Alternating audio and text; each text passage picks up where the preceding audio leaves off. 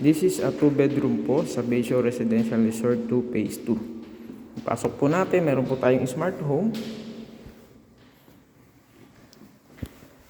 And then, video intercom. Per unit po yan. Ito po yung kanyang living area and dining area. With aircon na po yan. Sa left side po, yung first bedroom natin. Ito po siya. Meron na po siyang kasamang cabinet.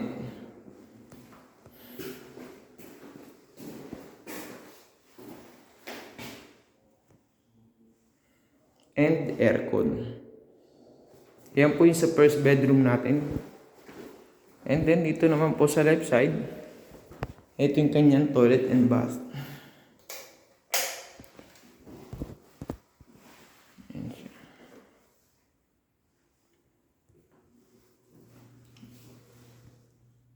Meron na po siyang kasamang glass door and then telephone type po yung kanyang shower area.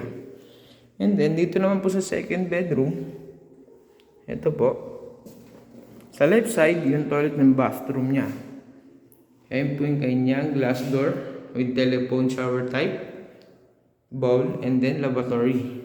With mirror na po yan, kasama na po siya dyan sa deliverable. And then ito na po yung second bedroom, which is po nandito din po yung aircon.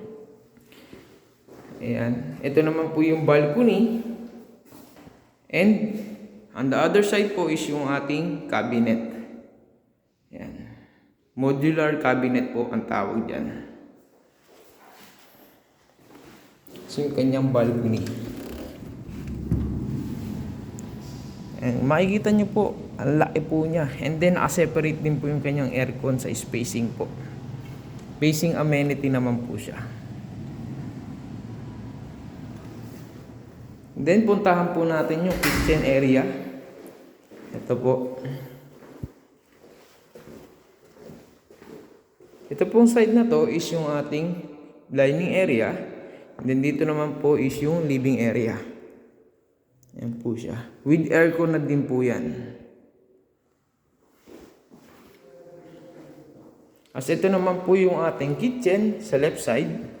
Ganyan po yung deliverable niya. Meron po tayong range hood, overhead cabinet, countertop. Meron din po tayong oven built-in.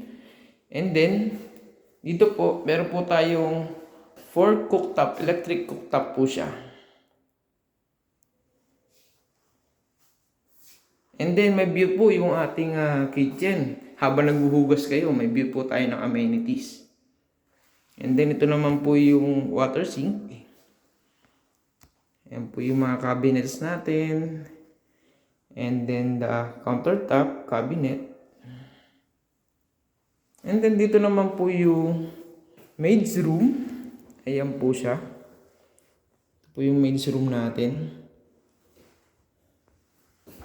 Sa maid's room po may kasama na po siyang CR with a telephone shower type po. And then toilet bowl.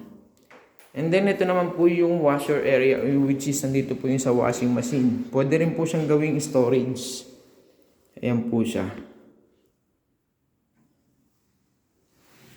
Okay po. Ganyan po siyang kalaki.